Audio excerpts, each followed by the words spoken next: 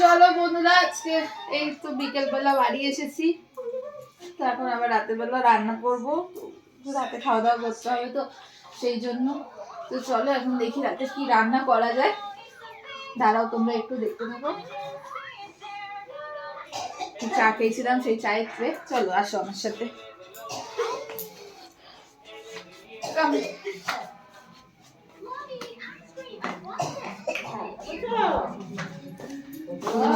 তেমন কিছু তো রান্না হবে না, কিছু রান্না করবো না, একটু সিদ্ধ ভাত বসাবো এই রাতের বেলা।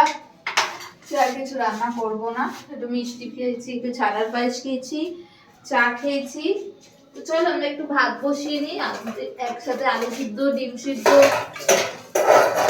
সব দেবো। তোমরা ভিডিওটা দেখতে থাকো। চলো চাল নিয়ে আসি, চলো।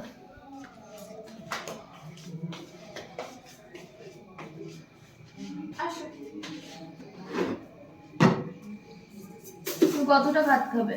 অল্প।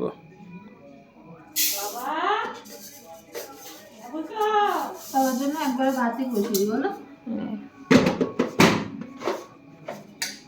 চলো ভাত বসাই, তোমরা দেখতে থাকো ভিডিওটা।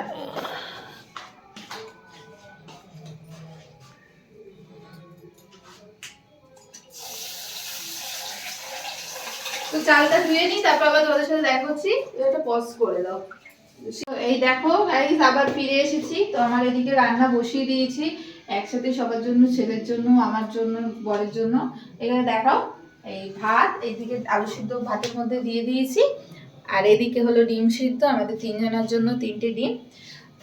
হ্যাঁ, তো এটা হতে থাক। আপাতত আমার আর কোনো কাজ নেই, আর ইচ্ছাও করলো না ওখান থেকে বাড়ি থেকে এসে আর কিছু করব। তো সেই জন্য এটা আপাতত রান্না থাক, এবারে বসে থাকবো। এখন লাস্ট কাজ হলো এই চায়ের কাপগুলো, বাসনগুলো ধুয়ে নেওয়া। আপাতত আজকে শেষ। আজকের জন্য এই ছোট্ট একটা ব্লগ তোমাদের সাথে শেয়ার করলাম। আশা করি তোমরা দেখবে, অবশ্যই দেখো।